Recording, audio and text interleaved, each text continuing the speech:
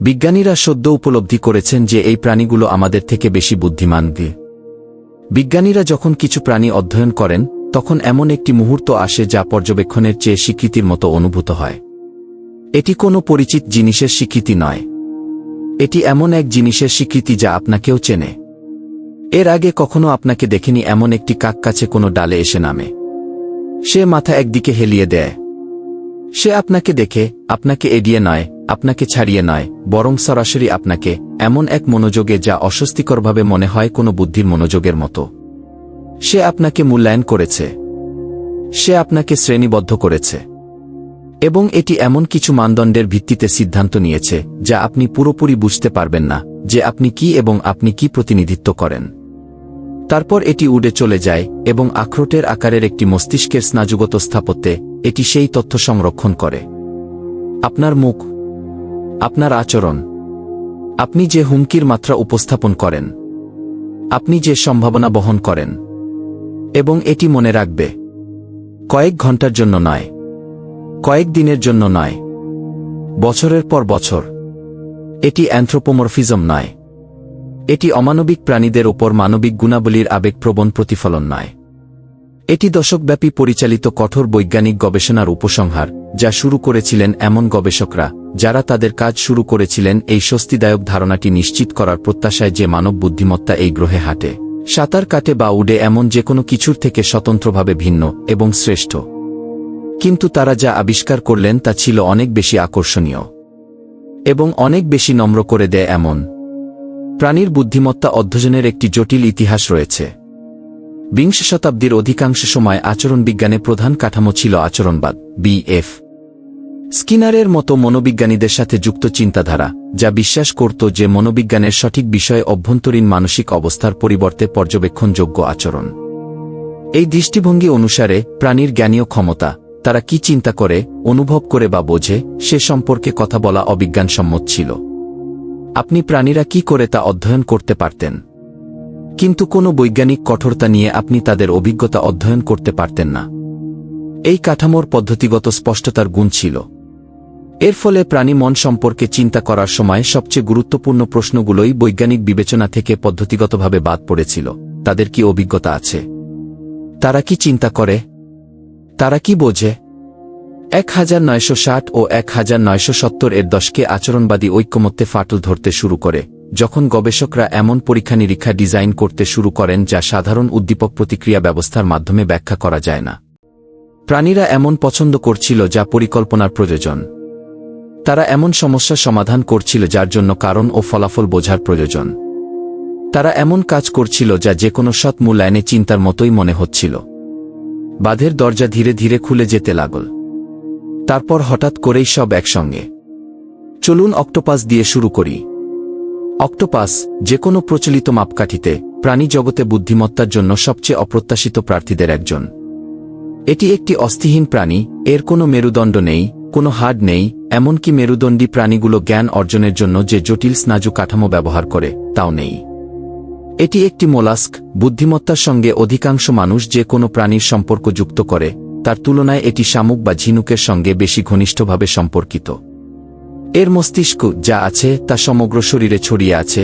এর স্নায়ুকোষের 2/3 কেন্দ্রীয় মস্তিষ্কের পরিবর্তে এর বাহুতে অবস্থিত। অধিকাংশ প্রজাতি 2 বছরেরও কম সময় বাঁচে। এটি প্রায় সম্পূর্ণ একাকী, এর কোনো সামাজিক দল, পরিবার বা এমন কোনো সম্প্রদায় নেই যেখানে অন্যদের কাছ থেকে শিখতে পারে। বিজ্ঞানীরা যেসব বুদ্ধিমত্তার তত্ত্ব তৈরি করেছিলেন, যেসব তত্ত্ব বুদ্ধিমত্তাকে সামাজিক জটিলতা, দীর্ঘায়ু, বট কেন্দ্রীভূত মস্তিষ্ক এবং মেরুদণ্ডী প্রাণীর স্নায়ু কাঠামোর সঙ্গে যুক্ত করেছিল, সেই সব তত্ত্ব অনুযায়ী অক্টোপাসকে বোকা হওয়া উচিত ছিল। এটি বোকা নয়। অক্টোপাসদের এমন শিশু প্রতিরোধী ওষুধের বোতল খুলতে দেখা গেছে যা অনেক মানুষের কাছেই চ্যালেঞ্জিং। তারা আপাতদৃষ্টিতে নিরাপদ ট্যাঙ্ক থেকে পালিয়ে যায়, ল্যাবরেটরির মেঝে পার হয়ে যায়, খাবারের জন্য পাশের ট্যাঙ্কে হামলা চালায়, এবং গবেষকরা সকালে পৌঁছানোর আগেই নিজেদের ট্যাঙ্কে ফিরে আসে। তারা ব্যক্তিনির্দিষ্ট মানুষের মুখ চিনে, শুধু মানুষের উপস্থিতি নয়, এবং বিভিন্ন মানুষের প্রতি ভিন্নভাবে সাড়া দেয়া। গবেষকরা যেসব অক্টোপাসকে অপছন্দ করতেন, তাদের কেউ কেউ লক্ষ্য করেছেন যে, যখন সেই গবেষকরা পাশ দিয়ে যান, তখন তারা ইচ্ছাকৃতভাবে তাদের দিকে জল ছিটিয়ে দেয়। অক্টোপাসের বুদ্ধিমত্তার অন্যতম সবচেয়ে অসাধারণ প্রদর্শনী হল সরঞ্জাম ব্যবহার। 2009 সালে গবেষকরা ইন্দোনেশিয়ায় বন্য অক্টোপাসকে সমুদ্রের তল থেকে ফেলে দেওয়া নারকেলের খোসার অর্ধেক সংগ্রহ করতে, সেগুলো নতুন স্থানে নিয়ে যেতে এবং একটি আশ্রয়স্থল তৈরি করতে দেখতে পান। এটি শুধুমাত্র সরঞ্জাম ব্যবহার নয়, এটি সরঞ্জাম সংগ্রহ এবং পরিবহন।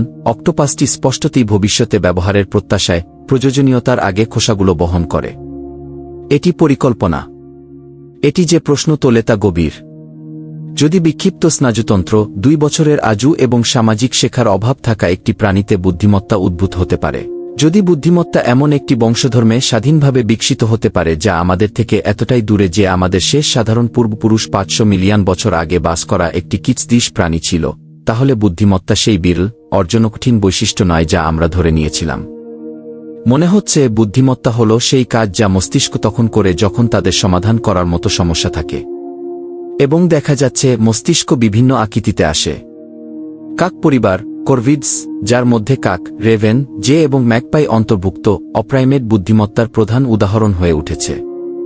কর্ভিডদের বুদ্ধিমত্তা নিয়ে গবেষণা দশক ধরে গড়ে উঠছে এবং এটি যা প্রকাশ করে তা যেকোনো মাপকাঠিতে অসাধারণ। নিউ ক্যালেডোনিয়ান কাকরা সরঞ্জাম তৈরি করে। শুধু সরঞ্জাম ব্যবহার করে না, সেগুলো তৈরি করে। তারা নির্দিষ্ট উপকরণ বেছে নেয়, সেগুলোকে নির্দিষ্টভাবে পরিবর্তন করে এবং এমন সরঞ্জাম তৈরি করে যা তারা কাঠের ছিদ্র থেকে পোকামাকড় বের করতে ব্যবহার করে। এই সরঞ্জামগুলো এলোমেলোভাবে পরিবর্তিত নয়, এগুলো নির্দিষ্ট কার্যকারিতার প্রয়োজনীয়তা অনুযায়ী তৈরি, যার শেষে থাকা হুকগুলো বের করার দক্ষতা বাড়ায়। নিউ ক্যালেডোনিয়ান কাকের বিভিন্ন জনগোষ্ঠীর সরঞ্জামের নকশাও ভিন্ন, যা প্রজন্ম থেকে প্রজন্মে প্রযুক্তির সাংস্কৃতিক হস্তান্তরের ইঙ্গিত দেয়া।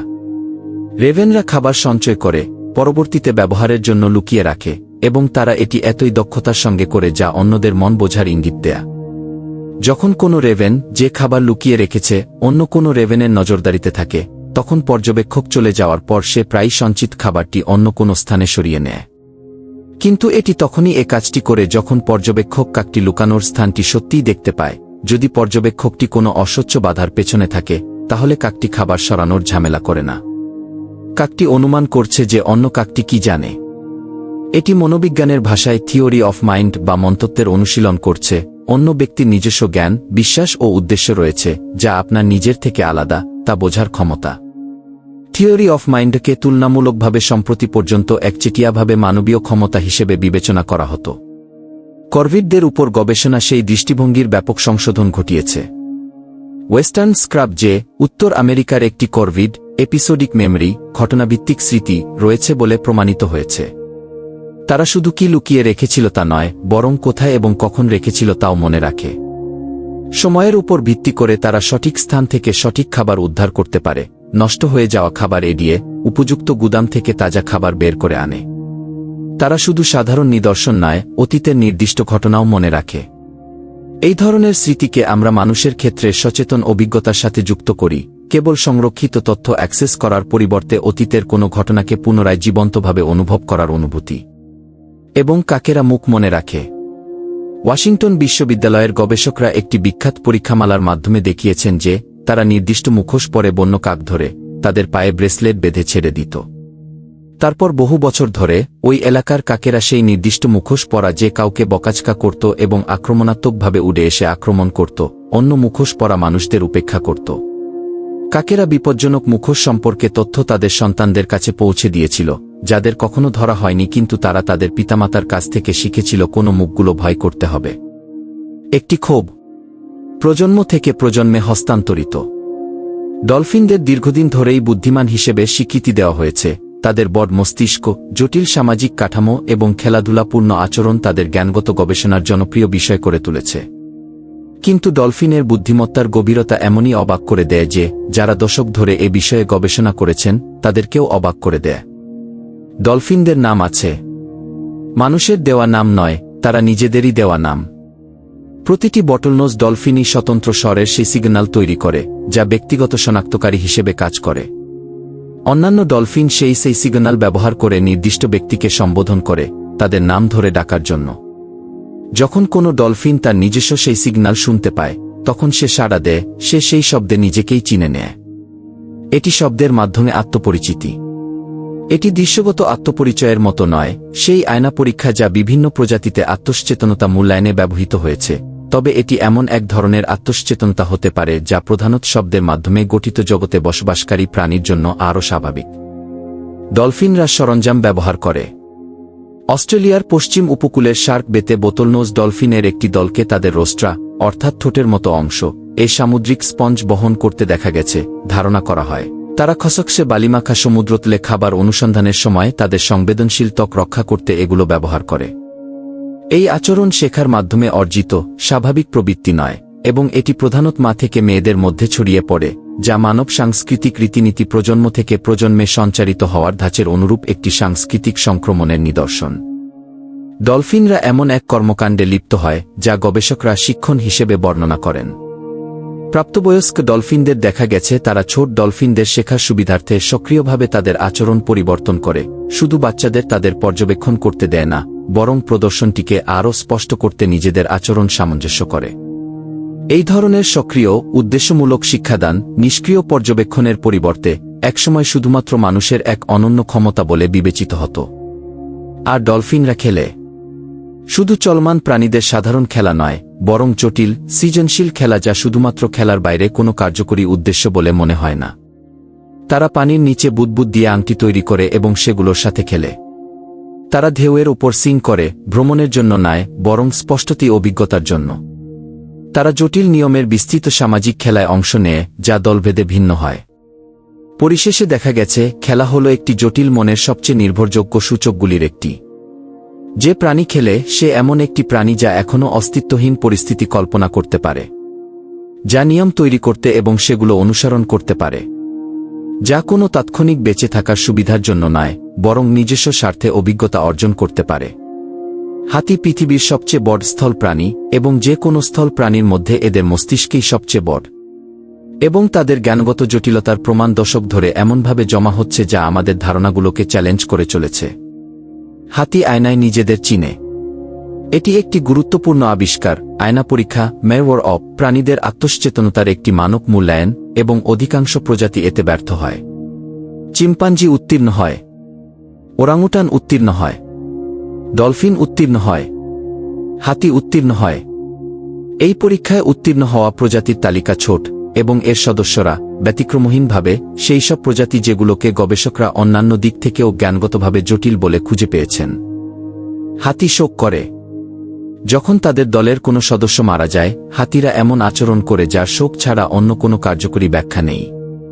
তারা মৃত দলের সদস্যদের হাড়ের কাছে ফিরে আসে, কখনো কখনো মৃত্যুর কয়েক বছর পরেও, এবং সেগুলোর সাথে সময় কাটায়, সুর দিয়ে স্পর্শ করে, এবং নীরবে কাছে দাঁড়িয়ে থাকে। তারা যেসব হাতির হাড় চেনে তাদের হাড়ের প্রতি ভিন্নভাবে প্রতিক্রিয়া দেখায়, আর যেসব হাতির হাড় চেনে না তাদের হাড়ের প্রতি ভিন্নভাবে, যা ইঙ্গিত করে যে শোক সাধারণ নয়, বরং নির্দিষ্ট, তাদের হারানো ব্যক্তিদের প্রতি নির্দেশিত। হাতিরা সমন্বিত কর্মের প্রয়োজন এমন সমস্যা সমাধানের জন্য সহযোগিতা করে। এমন পরীক্ষায় যেখানে খাবার পেতে দুইটি হাতিকে একসঙ্গে দড়ির বিপরীত প্রান্ত টানা প্রয়োজন, হাতিরা সেই সমন্বিত কাজ শিখে, এবং সবচেয়ে গুরুত্বপূর্ণ, তারা টানা শুরু করার আগে তাদের সঙ্গীর জন্য অপেক্ষা করে, এমনকি যদি সেই সঙ্গী মনোযোগ হারিয়ে থাকে এবং তাকে সতর্ক করতে হয়। তারা বুঝতে পারে যে কাজটি সহযোগিতা ছাড়া সম্ভব নয়। হাতিদের বিপদে পড়া অন্য হাতিদের সাহায্য করতে দেখা গেছে, ফাঁদ সরিয়ে দেওয়া, বাচ্চাদের জলগর্ত থেকে বের করতে সাহায্য করা, আহত দলের সদস্যদের সহায়তা করা। এই সহায়তামূলক আচরণ শুধুমাত্র ঘনিষ্ঠ আত্মীয়দের মধ্যে সীমাবদ্ধ নয়, এটি দলের কম সম্পর্কিত ব্যক্তিদের মধ্যেও প্রসারিত হয়, এবং কিছু ক্ষেত্রে অন্য দলের সদস্যদের ক্ষেত্রেও। হাতিরা একে অপরের কাছ থেকে এমনভাবে শেখে যা প্রজন্মের পর প্রজন্ম সঞ্চিত হয়।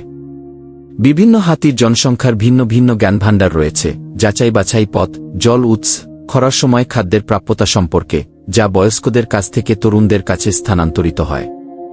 একটি হাতির পাল যখন তার সবচেয়ে বয়স্ক সদস্যদের হারায়, তখন তারা শুধু ব্যক্তি হারায় না, হারায় সেই জ্ঞানও, তাদের নির্দিষ্ট পরিবেশে বেঁচে থাকার অপরিবর্তনীয় তথ্য।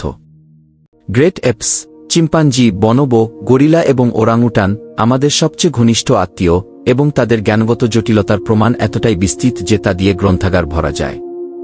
কিন্তু সবচেয়ে সাম্প্রতিক, এবং কিছু দিক থেকে সবচেয়ে উদ্দীপক ফলাফলগুলো এপরা কি শিখতে পারে তা নিয়ে নয়, বরং তারা নিজেদের এবং অন্যদের সম্পর্কে কি বোঝে তা নিয়ে। চিম্পাঞ্জিদের সামাজিক শ্রেণীবিন্যাস, জোট এবং খ্যাতি সম্পর্কে উন্নত ধারণা রয়েছে বলে প্রমাণিত হয়েছে। তারা নজর রাখে কে কার সাথে মিত্র, কে কার কাছে অনুগ্রহের ঋণী এবং কে সম্প্রতি মর্যাদা অর্জন বা হারিয়েছে।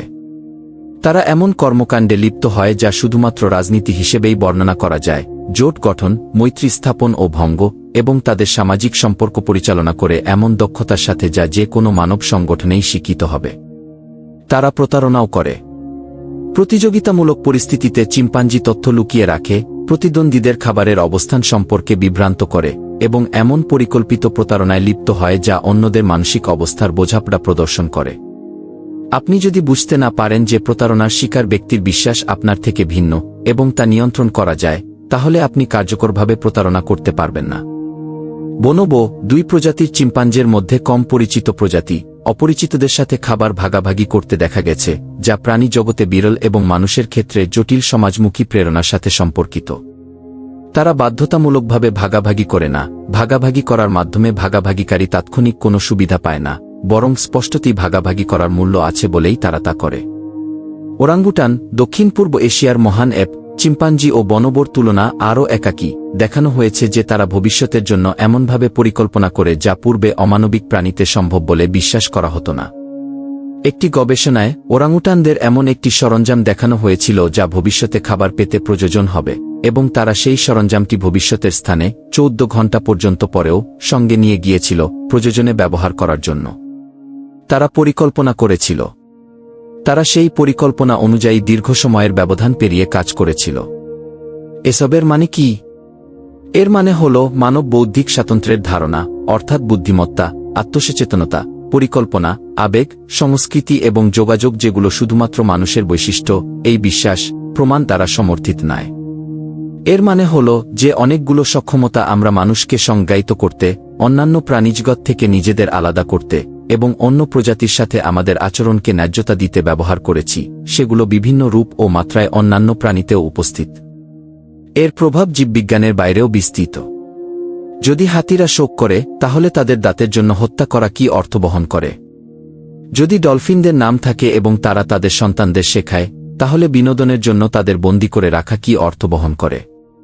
যদি অক্টোপাসরা পরিকল্পনা করে, মুখ চিনে এবং ক্ষোভ পোষণ করে, তাহলে রেস্তোরাঁর রান্নাঘরে তাদের জীবন্ত সেদ্ধ করে ফেলা কি অর্থ বহন করে? যদি কাকেগুলো তাদের সন্তানের কাছে পৃথক মানুষের স্মৃতি হস্তান্তর করে, তাহলে তারা যে আবাসস্থলে বাস করে সেগুলো ধ্বংস করার অর্থ কি? এই প্রশ্নগুলো আরামদায়ক নয়। এগুলোর কোনো সহজ উত্তর নেই। মানুষ এবং অন্যান্য প্রাণীর মধ্যে সম্পর্ক, খাদ্য উৎস হিসেবে, বিনোদন হিসেবে, গবেষণা বিষয় হিসেবে, আবাসস্থলের প্রতিদ্বন্দ্বী হিসেবে, এতটাই জটিল এবং মানব সংস্কৃতি ও অর্থনৈতিক জীবনে এতটাই গভীরভাবে নিহিত যে প্রাণীবোধ সম্পর্কে আমাদের বোঝাপড়ার পরিবর্তনের মাধ্যমে এক রাতে তা রূপান্তরিত হতে পারে না। কিন্তু বোঝাপড়া গুরুত্বপূর্ণ। নৈতিক অগ্রগতির ইতিহাস অনেকাংশে সেই সত্তাগুলোর পরিধি বাড়ানোর ইতিহাস, যাদের স্বার্থকে আমরা গুরুত্ব সহকারে নেওয়ার যোগ্য বলে বিবেচনা করি। সেই পরিধির প্রতিটি সম্প্রসারণ, দাসপ্রথার বিলুপ্তি, নারীদের অধিকার সম্প্রসারণ, শিশুদের অধিকার স্বীকৃতি, এর আগে সেই সত্তাগুলোকে বোঝার পদ্ধতিতে একটি পরিবর্তন ঘটেছিল। একটি স্বীকৃতি যে তারা পূর্বে ধারণা করা হতো তার চেয়েও বেশি। প্রাণিজ্ঞানতত্ত্বের বিজ্ঞান ঠিক সেই ধরনের পরিবর্তনই ঘটাচ্ছে।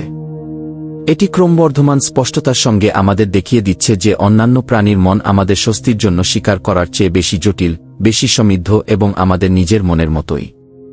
কোথাও একটা কাক আছে যে একটি মুখ মনে রাখে। সম্ভবত এটা আপনার মুখ নয়, বরং কারো মুখ। এমন একজনের মুখ, যিনি বহু বছর আগে এমন কিছু করেছিলেন যা কাকটি গুরুত্বপূর্ণ বলে মনে করেছিল, একটি হুমকি, একটি দয়া, একটি অস্বাভাবিক আচরণ, এবং আখরোটের আকারের মস্তিষ্কে এমন এক স্মৃতিতে তা সংরক্ষণ করে রেখেছিল জালিতু এলাকা এবং একই ঘটনা প্রত্যক্ষকারী অন্যান্য কাকের মৃত্যুকেও অতিক্রম করে টিকে আছে। সেই কাক এক বাস্তব অর্থে একজন মানুষের কথা ভাবছে, যা একটি প্রশ্ন উত্থাপন করে যা সহজেই উড়িয়ে দেওয়া যায়, কিন্তু একবার সত্যিই বিবেচনা করলে ভুলে যাওয়া যায় না। মানুষ কি কখনো সেই কাকের কথা ভাবেছে?